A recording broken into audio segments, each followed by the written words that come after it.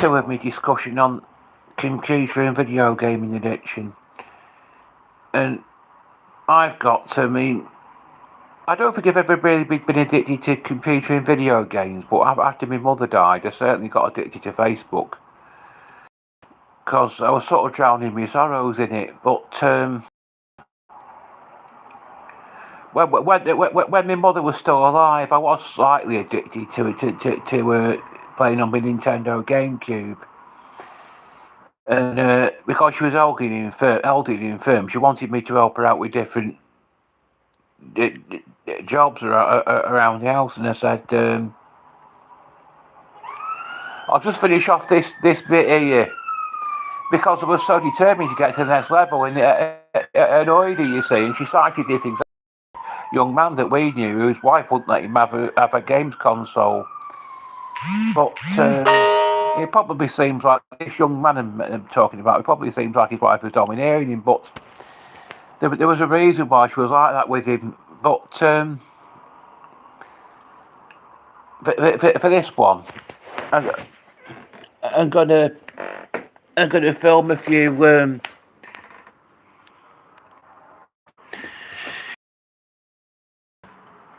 You can't, the thing is, don't get too determined to get to the next level.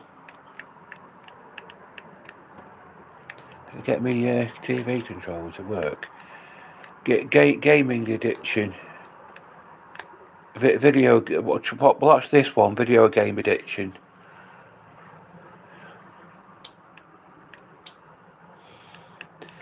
Is gaming? Oops. Is gaming taking over your life? But video game addiction is a real mental health condition affecting millions of people around the world. In this article, we share what the common warning signs are and the symptoms of addiction. I can't wait to.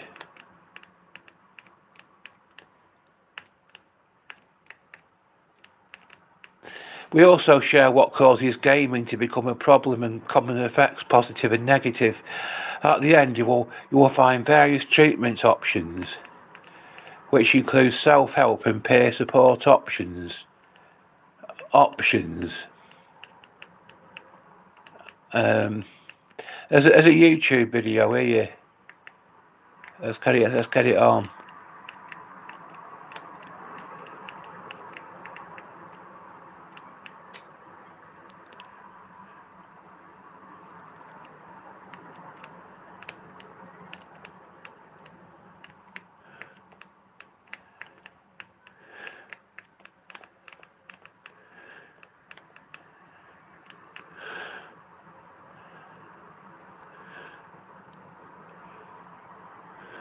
In this video, we'll be discussing what is video game addiction.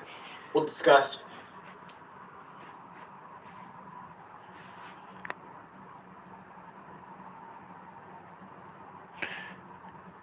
the sounds, we can't get any. What's up, everyone? My name is Cam, and I'm a former video game addict who in 2011 decided to quit and turn things around. Since then, I've started a website called GameQuitters.com to be able to help other people with this issue. Video game addiction is an officially recognized disorder by the World Health Organization, and they classify it as a pattern of persistent or recurrent gaming behavior, which may be online or offline, manifested by impaired control over gaming, increasing priority given to gaming to the extent that gaming takes precedence over other life interests and daily activities, and continuation or escalation of gaming despite the occurrence of negative consequences. For someone with gaming disorder, they typically will be showing significant impairment in personal, family, social, educational, occupational, or other important areas of functioning, and normally the pattern of gaming behavior will be evident over a period of at least 12 months in order for a diagnosis to be assigned. Although the required duration may be shortened if all diagnostic requirements are met and symptoms are severe. So what causes video game addiction? Video game addiction is caused by a couple different factors. The first is actual game design. Games are designed to be what the industry would call engaging and entertaining and fun, But in order to do that, they have to increase the amount of time that you're playing and capture your attention. Games deploy different features like loot boxes and microtransactions to have you spending more money, and that creates a greater attachment to the game. Game design plays an important role in keeping players hooked and is part of the cause of people developing problems with video game addiction. But it's not the only part of the story, and other underlying mental health problems like anxiety or depression can be risk factors. ADHD, autism, low self-esteem can also be risk factors as well. So what are the signs of video game addiction? The American Psychiatric Association classifies what they call internet gaming disorder based on a set of 9 different criteria. Now these can be really helpful to understand the severity of your situation, but it's important for me to share that if you're concerned at all about whether or not you have a video game addiction, please seek the help of a professional. The first sign is preoccupation with games. This means you're constantly thinking about games, you're counting down the hours until you can play next, and you're struggling to focus on other things that you need to be doing because you're just constantly thinking about games. It's not just the amount of thoughts though, and it's the type of them. So if you're constantly thinking about games as the only source of your self-esteem, the only place where you feel confident, then you might be meeting criteria for preoccupation. The next sign is withdrawal symptoms. Are you finding yourself feeling more irritable when you're not playing?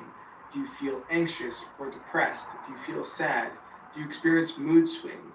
Do you feel urges and cravings to play? Some people report feeling headaches when they stop playing games. If you're experiencing withdrawal symptoms when you're not playing, then that might be a sign as well. The third sign is tolerance.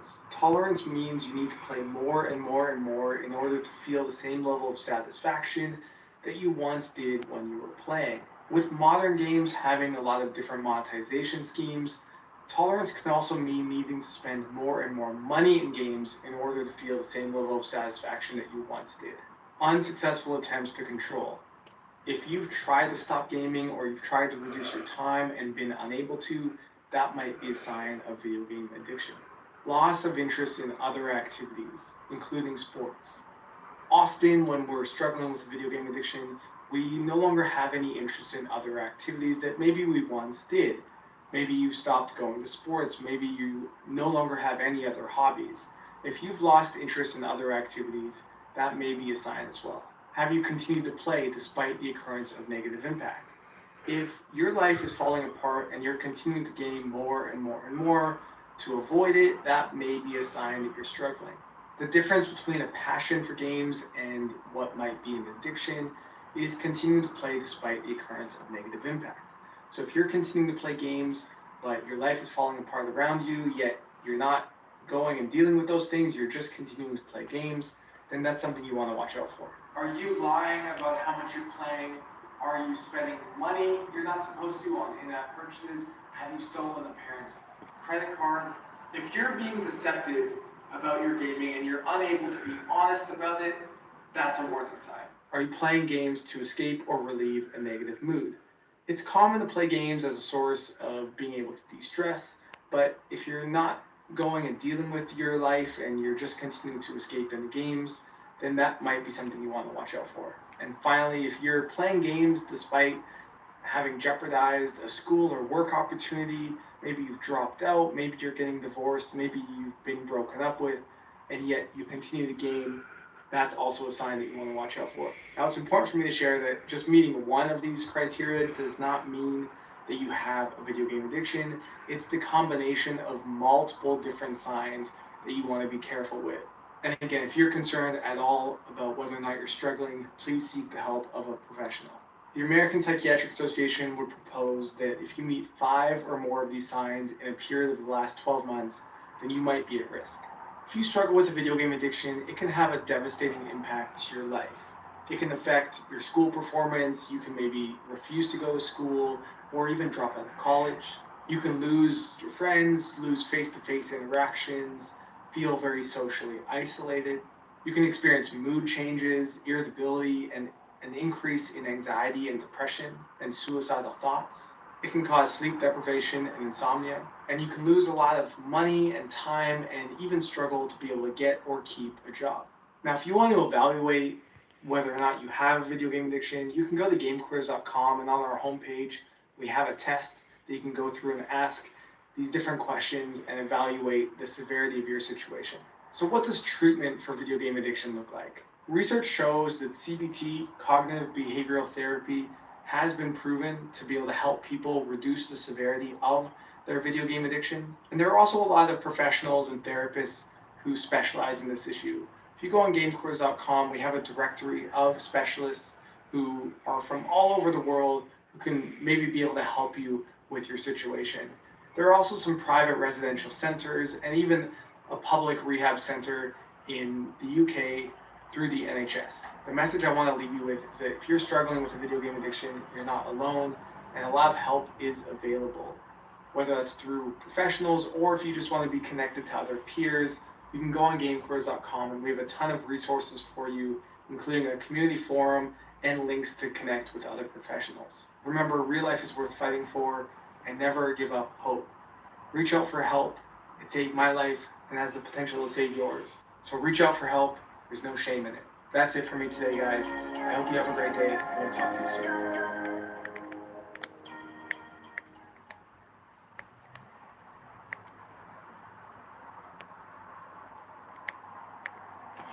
Right, that's one video I've got off my telly.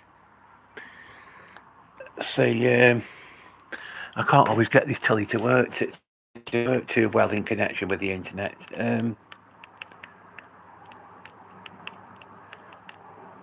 It's informative, wasn't it? Right.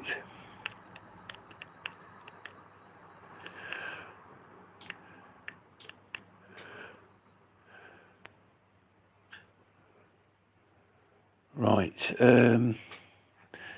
Let's see what else I can find on Google.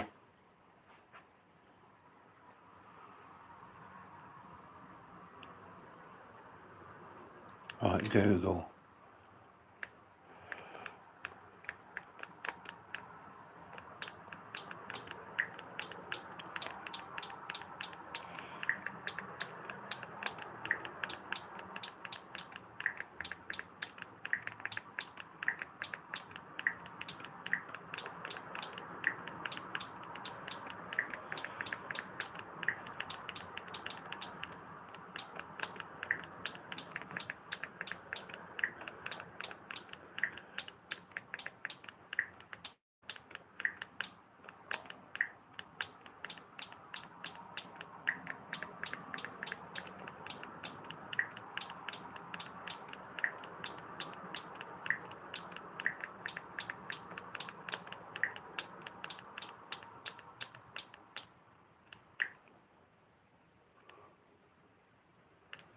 Right.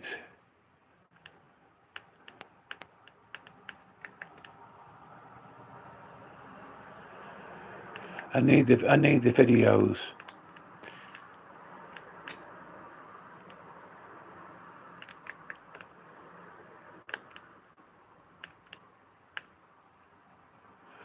Let's see what this is about here, escaping video game addiction. That's not what that's like.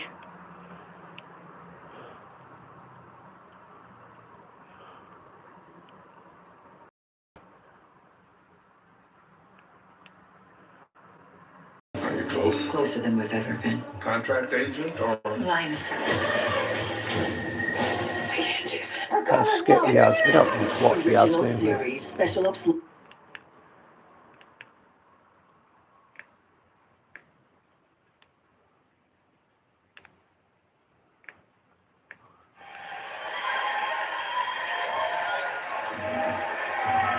We'll listen to this for a bit, see what he's got to say.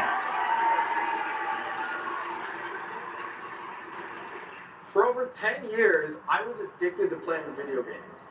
This addiction affected many areas of my life, including being a major influence in my decision to drop out of high school at the age of 15.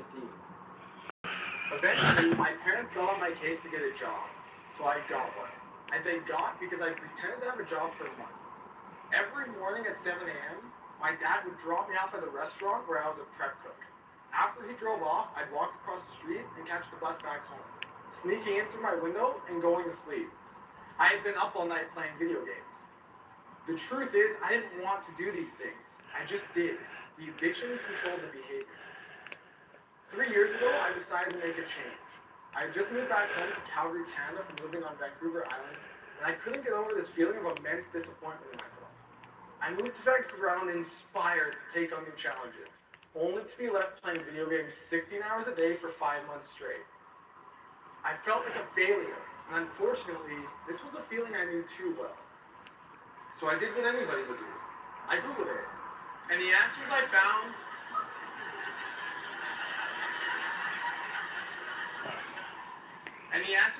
were incredibly frustrating. There were suggestions like study more, when the whole reason I was playing video games was to avoid studying, or to hang out with friends when all my friends played video games. Not knowing what else to do, I decided to quit cold turkey, and after a few months, I learned key lessons that led to major breakthroughs in my recovery, and knowing others were struggling with this addiction, I decided to share my story. I wrote a blog post online titled How to Quit Playing Video Games Forever, and the response? Overwhelming. But is video game addiction really that big of a problem? I mean, we're talking about video games here. Sure, I had my own personal experience with it, but did this problem scale? Or was I just one of the unlucky ones? Current research suggests that 97% of youth play video games, which equates to 64 million kids in the US alone between the ages of 2 and 17, with the fastest growing age group kids aged 2 to 5. In the UK, 10% more kids aged 2 to 5 know how to operate a smartphone application than know how to tie their own shoes. Unfortunately, the debate surrounding video games focuses on whether you should play or not, when that's like saying should you drink or not. If you can do it in moderation, that's fine. But what if you can't? What if right now you're stuck at home playing video games and you want to stop and don't know how? Imagine for a second how this makes you feel. Do you feel a sense of pain? What about feelings of guilt? Shame? Do you feel confident, anxious, depressed? Now, this wouldn't be a good TEDx talk unless I shared the lessons I learned on how you can use it to help yourself or someone you know overcome this addiction. It's not about the games, it's about why you play the games. If you can understand why you play games, you can move on from them. There are 4 main reasons why you play games. First, they are a temporary escape. After a tough breakup at the age of 18, playing games online gave me the perfect way of not having to deal with the situation. I could simply get absorbed in games and play for hours and hours. Second, games are social. Staying home on a Friday night doesn't seem so bad when you're at home playing games with your friends online. Not only that, but games offer a clean slate on the social ladder. Being bullied when I was younger didn't exactly leave me feeling very confident in my social standing. I felt misunderstood, unaccepted, and unsure how to fix it, even though I wanted to. Playing games online gave me this opportunity. I could be who I wanted to be. Nobody knew my history, and I was judged based on my ability to play the game and not on my current social standing. Third, games are a challenge. They give you a sense of purpose, a mission, a goal to work towards. This is an achievement paradigm. Achievements multiply the opportunities to experience success. Finally, you see constant measurable growth. This is a feedback loop. You get to see progress. When you're at school, you struggle to improve your social standing. But online, you're able to see rewards for the effort you put in. Consider how it feels when you're finally able to see progress in something. Consider how it feels when you're able to see that the goal you set out for is achievable. Combine these 4 areas and you have a very addictive process. So, where do we go from here? How do we fix this problem? Video game addiction is a habit developed over time by becoming your go-to activity whenever you're bored. So parents, it starts with you. I'm sorry to say, but the iPad is not the new babysitter. They need interaction, not entertainment. Next, gamers play for various...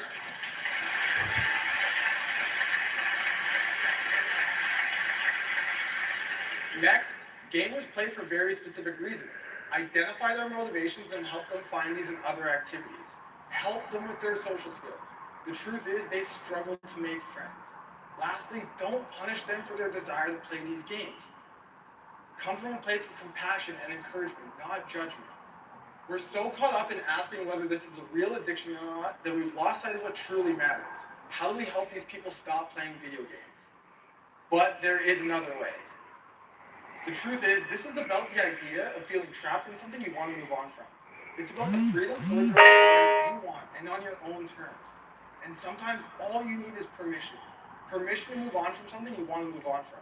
Permission to stop playing video games. So if you're out there, whether you're in the audience or you're watching at home, I want you to understand one thing. You have permission. Thank you. I couldn't get that to play full screen.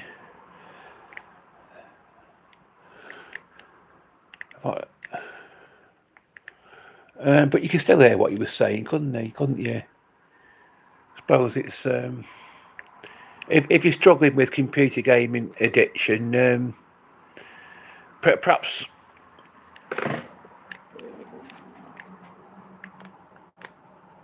let's see if I can play full screen now. No, it's not. Maybe my TV controller, isn't it? Right, Smart Hub.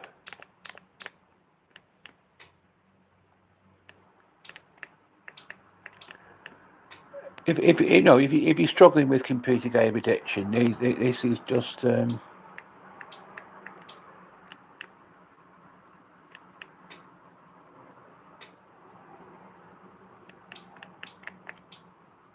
Google. I got Google again. Right.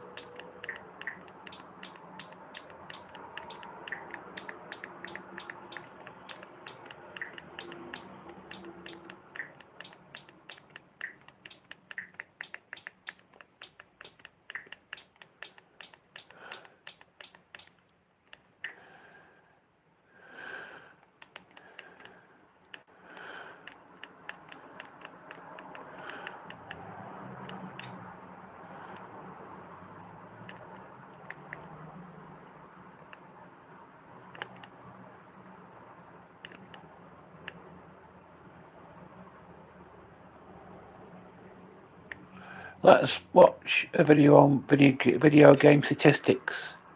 Video game addiction.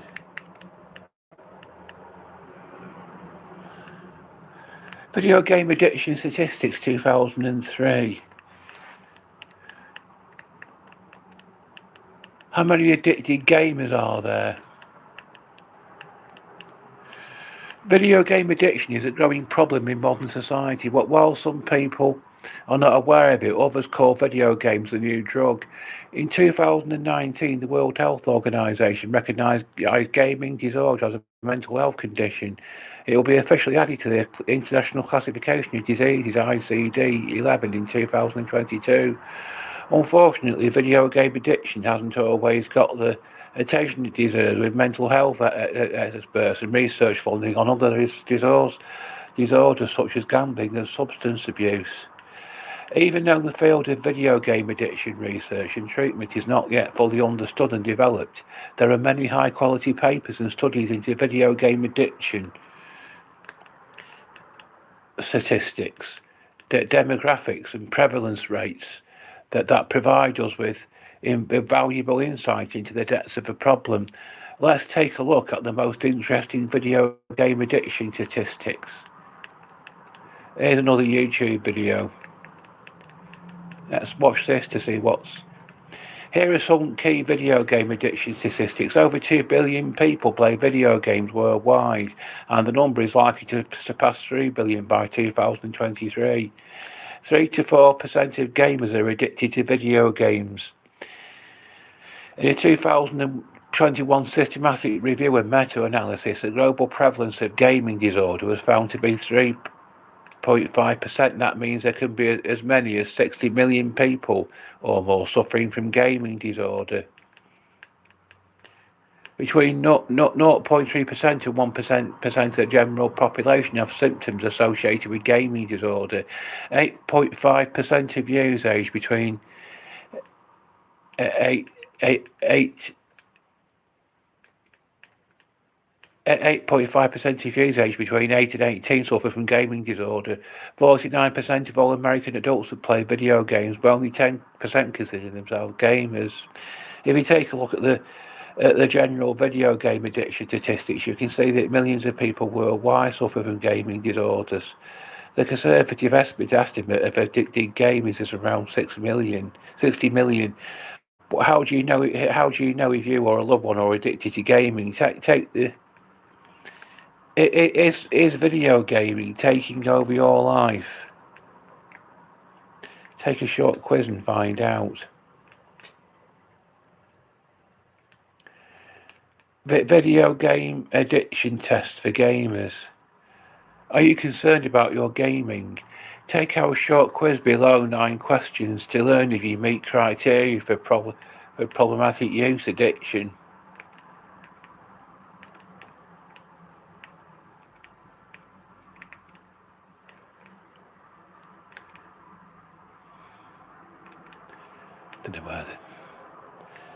I don't know what.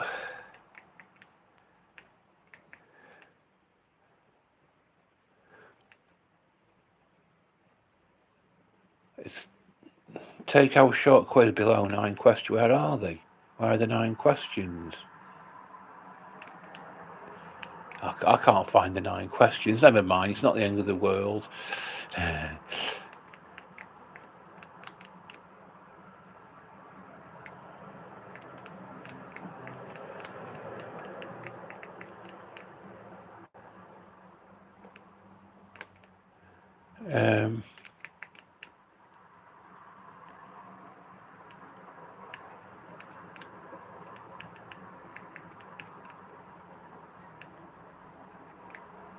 I was going to watch that.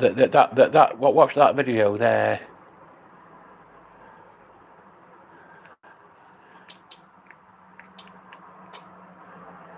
Video gaming addiction statistics. Yeah.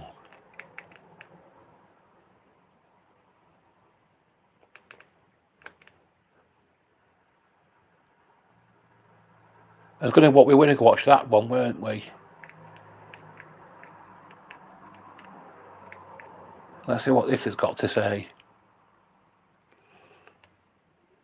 Video game addiction is a growing problem in modern society. While some people are not aware of it, others call video games the new drug. And in 2019, the World Health Organization recognized gaming disorder as a mental health condition.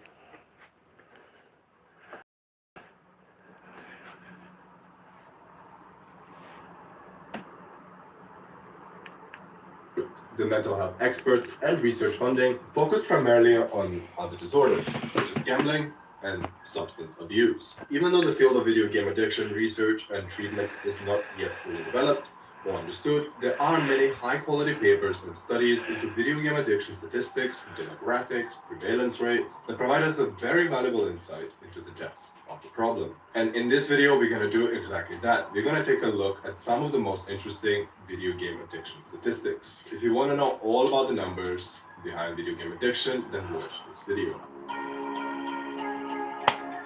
Let's start off with some of the key statistics. Over 2 billion people play video games worldwide, and the number is likely to surpass 3 billion by 2023. 3 to 4% of gamers are addicted to video games. In the 2021 systematic review and meta-analysis, the global prevalence of gaming disorder was found to be 3.05%. That means that there could be as many as 60 million people or more suffering from gaming disorder. Between 0.3 and 1% of the general population have symptoms associated with gaming disorder. 8.5% of youths aged between 8 and 18 suffer from gaming disorder. 49% of all American adults have played video games, but only 10% consider themselves gamers. Now, if you take a look at the general video game addiction statistics, you can see that millions of people worldwide suffer from gaming disorders. The conservative estimate of addicted gamers is around 60 million. But it doesn't stop there. Gaming as an activity is continuing to grow every single year. In 2015, there were 1.9 billion gamers. But in 2021, there was an estimated 2.81 billion gamers. And by the year 2023, the number is anticipated to surpass 3 billion. This tells us that the number of gamers suffering from gaming disorder is also going to grow each year. But now let's zoom in and take a closer look at video game addiction statistics by age. First of all, 90 to 99% of all American children play video games. Between 48 and 56% of young adults play video games regularly. The average age of a gamer is 35 years old, while the average age of a gaming addict is 24 years old. The majority of gamers are within the age bracket of 18 to 34 years old. 8.5% of children and teens under 18 around the world may be addicted to gaming. The prevalence rate of gaming addiction among teenagers has increased by 4% since 2007. Statistics also tell us that video game addiction is by far the most problematic in people aged between 34 and younger, with an average age of a gaming addict being 24 years of age. And this is a cause for concern, because the percentage of American children that play video games is now 90% or more of all children. More young people are playing video games than ever before, and they're exposed to the risks of video game addiction. Although young adults between 18 and 24 tend to be the ones experiencing the most harm from gaming, such as struggling with college or university, and the problem often develops in adolescence. The problem of gaming addiction among children is so vast in South Korea that the government has introduced a shutdown law, which prevents youth of 16 and under from playing video games between midnight and 6 a.m. There are an estimated 600,000 South Korean children suffering from gaming addiction. One of the crucial challenges we face for the future is preventing and treating gaming and tech addiction in children, which, despite all the efforts from the governments worldwide, seems to still be on the rise. Now, let's take a look at statistics by demographics. In the United States, we can see the prevalence of Caucasian gamers at 67%. 15% are Hispanic, while 12% are African American, and 5% take a look at the distribution of gamers suffering from gaming disorder by ethnicity, you'll find that 69% of all addicts are Caucasian, 13% are Asian, and 18% belong to the category of other. Now, let's take a look at statistics by gender. This one might surprise you. According to a study from 2015 done by PEW Research Center, the distribution of gamers between the two genders is almost even. 50% of gamers are male, while 48% are female. And this distribution by gender might surprise some, as gaming is primarily seen as something that only boys do. However, if you take a look at the gaming disorder statistics by gender, you can see that 94% of all gaming addicts are males, while only 6% of addicts are females. And these numbers tell us that while the number of male and female gamers might be the same on a general level, the number of gaming addicts is currently more male-heavy. But why does this happen? Why are there so many more male gaming addicts than female addicts? This issue might actually be closely related to how males perceive gaming cues in their brains. According to this study from 2018, gaming-related cues elicited higher cravings in male subjects than female subjects. The study found that males had a greater activation in the striatum before gaming, and greater activation in medial frontal gyrus after gaming. This tells us that male gamers are just more likely to get addicted to video games. But another reason for this discrepancy might be due to selective sampling in research studies. It's a little bit similar to ADHD, where females have often been underdiagnosed as they do not display the typical hyperactivity symptoms.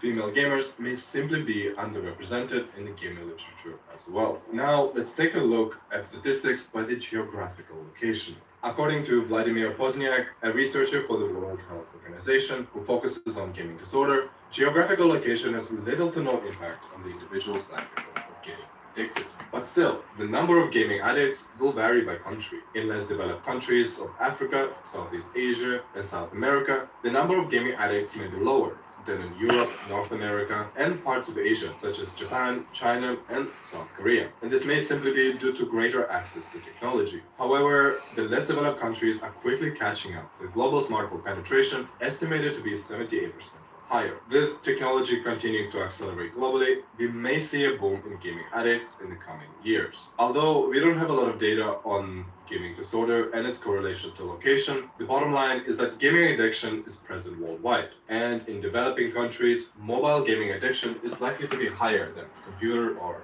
console gaming addiction. And the number of gaming addicts in developing countries is anticipated to grow for the years to come. Now let's take a look at video game addiction in the United States. The most popular games in the US include Super Mario Bros., Angry Birds, Grand Theft Auto, Call of Duty, Minecraft, Fortnite, Mortal Kombat, and Roblox.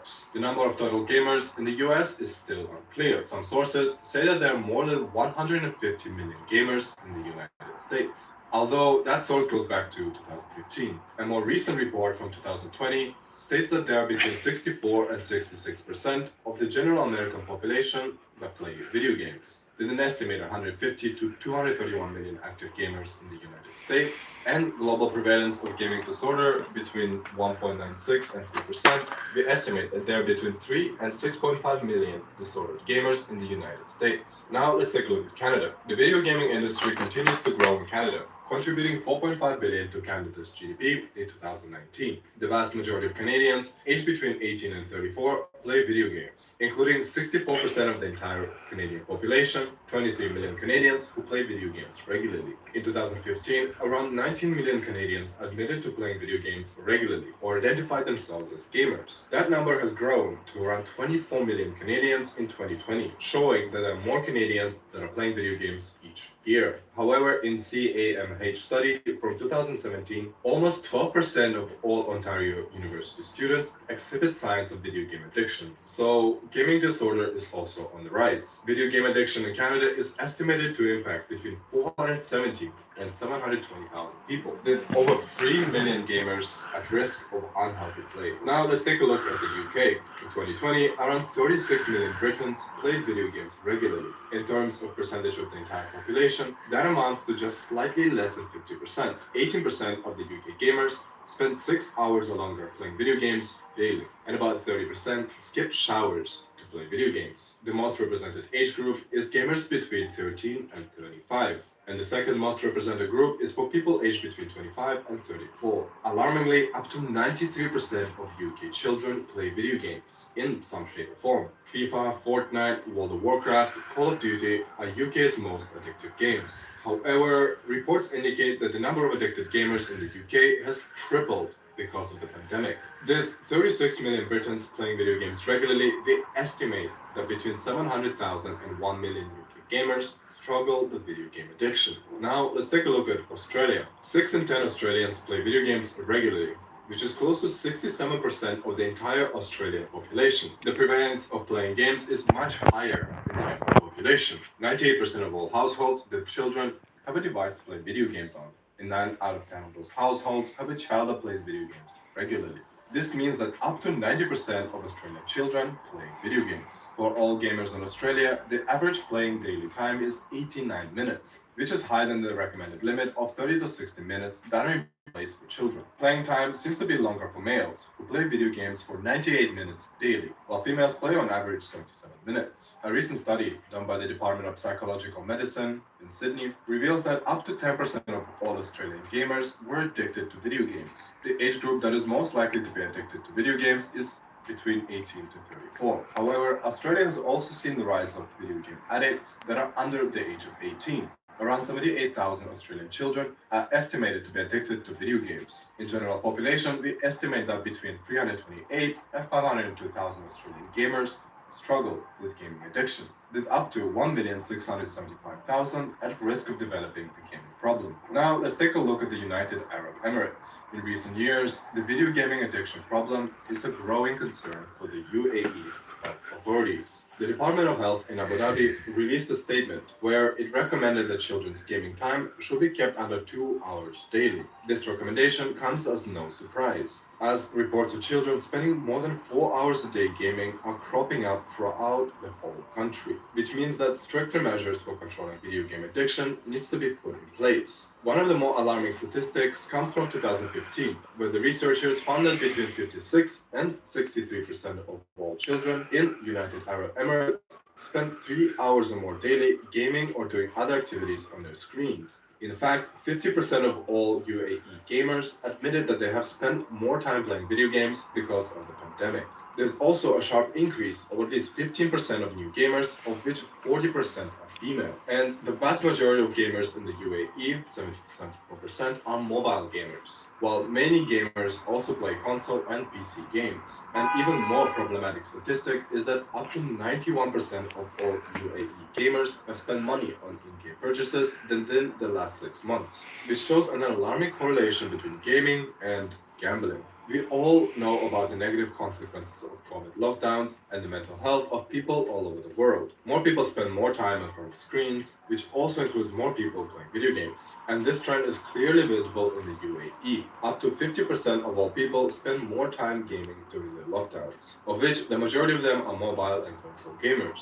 There are also more people watching gaming streams in the United Emirates. Up to 68% of all gamers also watch live streams of other people playing video games, which leads to other potential mental health problems and an increase in the likelihood of playing video games again. United Emirates continues to be one of the top 100 markets for the video gaming industry, and the number of gamers is still on the rise, especially after the lockdowns. Mental health experts from UAE are warning about the increase in video game addiction in the country, and one of the biggest obstacles to mental health professionals in the UAE is lack of awareness when it comes to gaming addiction. More needs to be done in spreading the word about the pitfalls and the dangers of this addiction, especially among the parents of children who play games regularly. With over 7 million gamers in the UAE, we estimate that between 137 and 210,000 Emiratis are struggling with gaming addiction. Now, we mentioned the effect of the lockdowns on gaming disorder. So now let's take a look at that in a bit more detail. Globally, 39% more time has been spent on gaming than ever before. The market value of video gaming industry has grown from 151 billion in 2019 to around 180 billion in 2021. The majority of people in the US admit to spending around 59% more time in front of screens of all types. The prevalence of gaming addiction has increased because of COVID-19. The pandemic has had a huge impact on the number of people addicted to video games. Gaming, gambling, loot boxes, mobile gaming, and excess use of screen time has soared sharply over the course of the pandemic. Now, if you want to get your gaming under control and live your life to the fullest, make sure to click the link in the description. You'll be able to check out our program and book a call directly with Cam to see if it's the right fit for you. And if you're looking for some free resources to get started on your journey, you can check out our website at gamequitters.com. Now, did any of the statistics surprise you or shock you? Let us know in the comments down below. Thank you for watching this video. This was Bleb, and I'll see you in the next one. Right, that was quite a lengthy video, that, wasn't it? And it was saying how that the lockdown had COVID-19 has had a big impact on this, because people have got to do something. If you can't go out and if you can't go out and mix with other people, they've got to do something, haven't they? And COVID-19 has had a big impact on this. It's had a It's had a tremendous impact on everything, hasn't it? COVID-19. Nothing has impacted things as much. It hasn't. It wasn't the worst pandemic, but its impact. I think it's impacted everyone's life more than all the previous pandemics. So I might possibly do a video of a discussion on that sometime, but if you are or have been struggling with video game addiction, perhaps these videos that have included in this discussion might be of use.